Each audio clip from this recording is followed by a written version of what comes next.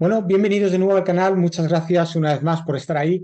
Hoy vamos a hablar del entrenamiento de fuerza una vez más. Para aquellos de vosotros que seguís el canal, bueno, pues sabéis que la importancia que le doy al entrenamiento de fuerza, en la gran mayoría de las ocasiones, pues los corredores salimos a entrenar y no somos conscientes de que realmente sí, el entrenamiento de carrera es clave, pero sin fuerza no hay carrera. Es imposible. Tarde o temprano, al final el rendimiento, no solo el rendimiento se verá comprometido, sino que además, bueno, pues nuestro cuerpo será incapaz de asimilar el entrenamiento de carrera que vamos haciendo, porque, bueno, pues porque nuestro sistema muscular dejará de estar al mismo nivel que nuestro sistema metabólico, que es lo que entrenamos con la carrera.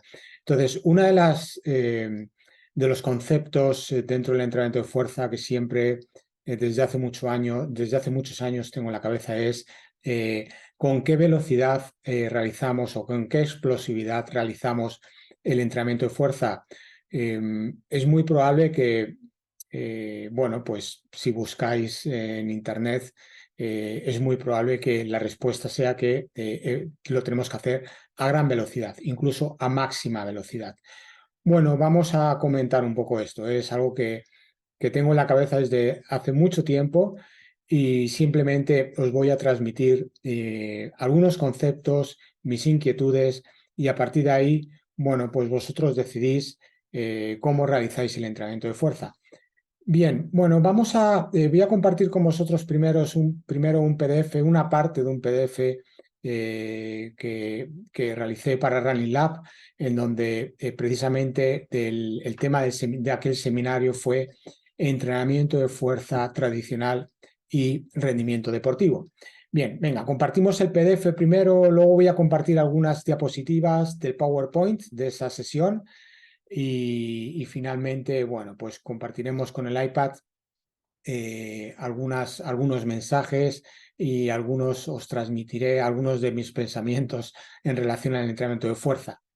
Algunas de mis inquietudes que les sigo dando muchas vueltas desde hace mucho tiempo. Bueno, vamos allá. Comparto primero. Bien, bueno, este es el PDF.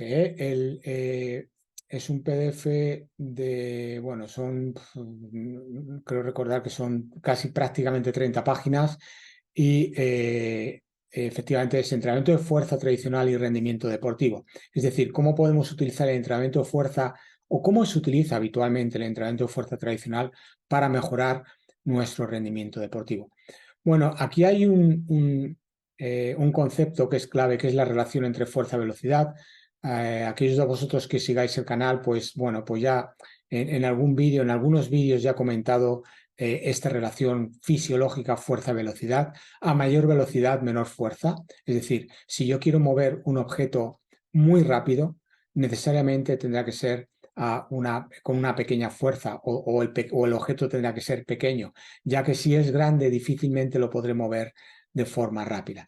Esto viene dado, pues aquí, vamos a ver, creo que es el primer gráfico, el PDF, está la famosa curva de Hill de 1970, es un concepto de fisiología en donde si quiero mover algo rápido, si la velocidad es grande, necesariamente la fuerza que imprimo para esa velocidad tendrá que ser necesariamente pequeña y por el contrario, a menor velocidad, mayor fuerza y la máxima fuerza se alcanza a nivel isométrico, es decir, cuando no hay movimiento. Es decir, imaginemos que tenemos una piedra, si la piedra es pequeña podré lanzarla muy, muy lejos, si la piedra es grande podré lanzarla menos lejos y si la piedra es lo suficientemente grande que iguala mi fuerza máxima, no podré mover la piedra. Eso es isométrico, es decir, no hay velocidad en el movimiento. Si hay fuerza, por supuesto que estoy aplicando una fuerza sobre esa gran piedra, pero no soy capaz de moverla. Entonces, no soy capaz de moverla porque esa piedra pesa lo mismo que mi fuerza máxima. Bien, bueno, pues realmente esta es la relación entre curva de fuerza-velocidad. En definitiva, si muevo algo muy rápido, pues necesariamente las velocidades, perdón, la fuerza necesariamente tendrá que ser baja. Claro, entonces aquí, como menciono de nuevo en la primera página del PDF, la pregunta entonces es obvia. Si el objetivo es ganar fuerza, ¿por qué el entrenamiento de fuerza tradicional se realiza con gestos a velocidades explosivas? Porque la relación fisiológica fuerza-velocidad nos dice todo lo contrario, es decir, si lo que quiero es ganar fuerza, la velocidad tendrá que ser lenta. Si ejerzo una velocidad rápida, ahí va a implicar el que si la velocidad es rápida, la fuerza va a ser menor. Luego, el por qué, la pregunta es, y esta es la gran pregunta, ¿por qué el entrenamiento de fuerza tradicional se realiza a gestos de velocidades explosivas? Bueno, abordamos esta pregunta a lo largo del PDF, pero la respuesta realmente está en el concepto de RFD o ratio de desarrollo de fuerza. Es decir, básicamente este RFD básicamente es una relación entre fuerza, entre desarrollo de fuerza con el tiempo. Bien, en relación al tiempo. Es una derivada de la fuerza con el tiempo. Bueno, entonces hablamos largo y tendido en el PDF sobre este concepto de RFD, sobre el concepto de si la fuerza es pequeña, la velocidad es grande, pero si lo que quiero es realizar una fuerza grande, la velocidad necesariamente tendrá que ser pequeña. Entonces, lo que es el RFD, es decir, la derivada de la fuerza con respecto al tiempo, se ha calculado que para conseguir un alto grado de ratio de desarrollo de fuerza o rate of force development, se ha calculado que solo se puede realizar, claro, con cargas altas. ¿Pero con qué cargas? Con cargas superiores al 30% de la fuerza máxima. Es decir, y además esta velocidad, esta derivada de la fuerza con la derivada de la fuerza con el tiempo, esta fuerza máxima se alcanza en los primeros 200 milisegundos. En definitiva, imaginemos que estamos realizando una sentadilla. En esa sentadilla, y si tengo primero, para tener un alto grado de RFD, de ratio de fuerza con respecto al tiempo, para moverlo rápido, primero tengo que tener una carga grande. Y segundo, esa fuerza la voy a desarrollar máxima en el tiempo, aproximadamente en los primeros 200 milisegundos. La pregunta aquí es si efectivamente desarrollamos una gran fuerza en estos 200 primeros milisegundos al realizar la sentadilla de forma rápida, pero ¿qué ocurre después de los 200 milisegundos? ¿Cómo se mueve esa carga que yo tengo sobre los hombros en una sentadilla? Se mueve gracias a una aceleración. A esa aceleración que yo le he dado a la barra en los 200 primeros milisegundos, es decir, a una inercia de movimiento. No a una fuerza que yo esté realizando durante todo ese gesto, durante todo el tiempo que dura el gesto de la sentadilla, sino que en los primeros 200 milisegundos se va a realizar una gran fuerza, pero después la fuerza va a ser mínima, porque la carga se va a mover gracias a una aceleración previa, gracias a una inercia del movimiento. Bien. Imaginad que tenemos un carrito de Mercadona y lo tenemos lleno de comida, lleno.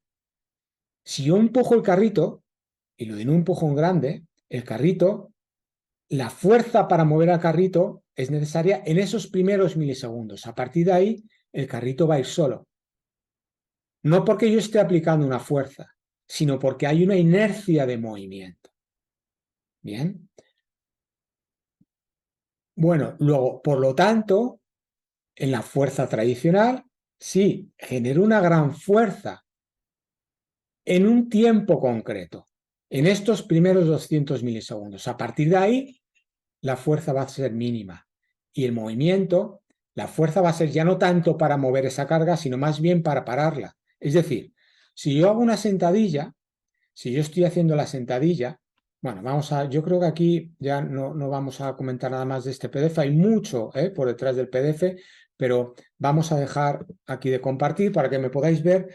Entonces, si yo hago una sentadilla, este ratio de desarrollo de fuerza, si yo hago el movimiento explosivo, voy a generar esa fuerza en los 200 primeros milisegundos. Mucha fuerza. Y en muy poco tiempo, si me pongo una carga grande en los hombros para hacer la sentadilla. Ahora bien, después de ese tiempo, la fuerza va a ser mínima porque esa carga se va a mover gracias a una inercia. Tendré que hacer la fuerza no para moverla, sino que cuando esté arriba, para pararla. Bien. Luego, claro, la fuerza tradicional efectivamente se realiza una gran fuerza en poco tiempo al principio, pero luego hay una inercia. Bien, aquí la pregunta es, ¿cómo trasladamos esto al gesto deportivo? A nuestro gesto deportivo, que no es la halterofilia. Es decir, nuestro gesto deportivo no es mover una carga rápida en una sentadilla. Utilizamos eso como herramienta para ganar fuerza e intentar transferir esa fuerza a nuestro gesto deportivo, que es correr. Bien, imaginemos un maratoniano o un corredor de 10 kilómetros o de media maratón. Distancias de resistencia. Mi gran duda es, y aquí transmito, ¿de qué nos sirve mover una carga a gran velocidad y aunque tenga mucha carga, mucho peso, en esos 200 primeros milisegundos y luego la carga se va a mover sola, gracias a una inercia del movimiento? ¿Cómo vamos a transferir eso a correr durante 3 horas en un maratón, 4 horas, 2 horas y media, 3 horas y media, 35 minutos en 10 kilómetros, 40 minutos en 10 kilómetros? Esa es una gran duda que tengo. La segunda duda es, como todos nosotros sabemos, el músculo, o sea, cuando realizamos una sentadilla, que realmente es una flexión y extensión de rodilla, aparte de columna, no voy a entrar en columna, vamos a quedarnos en la rodilla, no voy a entrar en columna, ni en cadera, ni por supuesto a nivel del pie, vamos a quedarnos en rodilla. La fuerza que es capaz de desarrollar la rodilla va a ser diferente en los primeros rangos que en los últimos. Bien, luego hay lo que se llama un perfil de resistencia. Voy a mostraros aquí el PDF, pero no el PDF, la presentación de esa sesión. Bien, es esta: entrenamiento de fuerza tradicional y rendimiento deportivo. Entonces aquí al final, trabajo de fuerza con explosividad. Bueno, aquí puse un ejemplo de press de banca. El torque básicamente es la fuerza rotacional. Básicamente, cuando yo hago el press de banca, aquí hay una flexión de codo, no estamos en la flexión de rodilla como en la sentadilla. El torque irá disminuyendo, la fuerza rotacional irá disminuyendo conforme vamos realizando la extensión de codo, hasta llegar a prácticamente cero en la máxima extensión. Es decir, cuando estoy abajo, sí realizo una gran fuerza en el press de banca, pero conforme extiendo codo y llego arriba y llego a una extensión máxima de codo, arriba la fuerza que yo estoy generando es prácticamente nula porque el torque es cero. Es decir, pasamos de realizar una fuerza máxima, igual ocurriría en la sentadilla, pasamos de realizar una fuerza máxima en los primeros rangos a una fuerza nula en la fase final del rango de movimiento, a pesar de la gran velocidad o explosividad que comienzo. Luego aquí hay dos grandes problemas, como mínimo.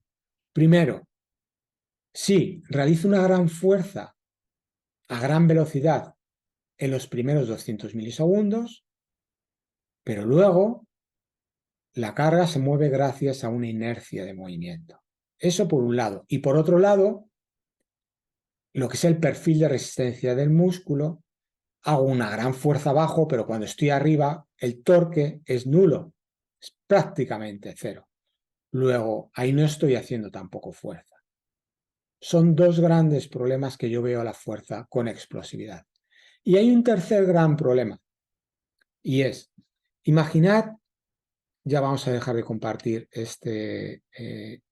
esta presentación. Entonces, hay un tercer gran problema que yo veo, con el que yo me encuentro, es, imaginad, claro, uno de los objetivos, si no el principal, para mí es el principal, del entrenamiento de fuerza es trabajar las debilidades musculares del corredor.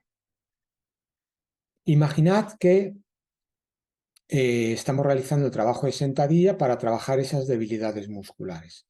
Y la debilidad muscular del corredor en concreto es el glúteo, la extensión de cadera.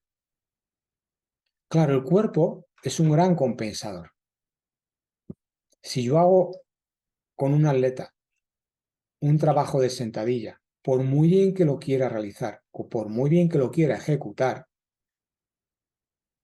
si el atleta es débil en la extensión de cadera, es decir, en el glúteo, ese atleta va a mover la carga en la sentadilla no a través del glúteo, que es su gran debilidad, sino a través de otra musculatura que va a compensar por la debilidad del glúteo, ya sea la extensión de rodilla, ya sea la extensión de columna o ya sea a lo mejor una flexión plantar al intentar ponerse de puntillas para mover esa carga en la sentadilla. Luego, recapitulando, bien, ahora vamos a compartir con el iPad.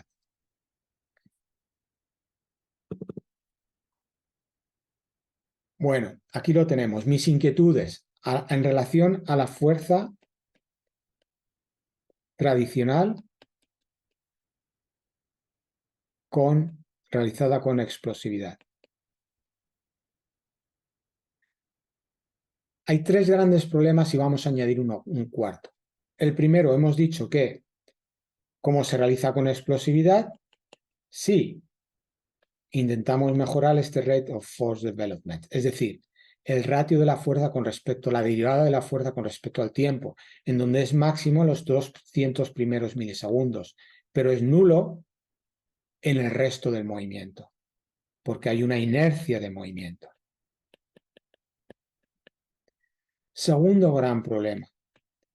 El entrenamiento de fuerza tradicional con explosividad, como hemos visto en la sentadilla o en el press de banca, no tiene en cuenta el concepto fisiológico de,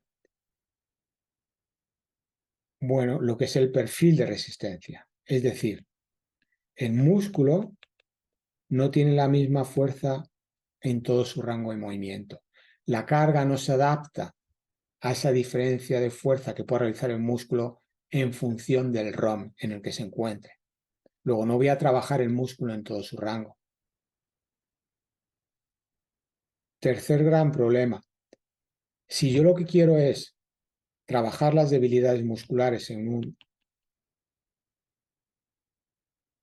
un corredor con el entrenamiento de fuerza, si yo trabajo la fuerza tradicional con gran explosividad, mi cuerpo va a compensar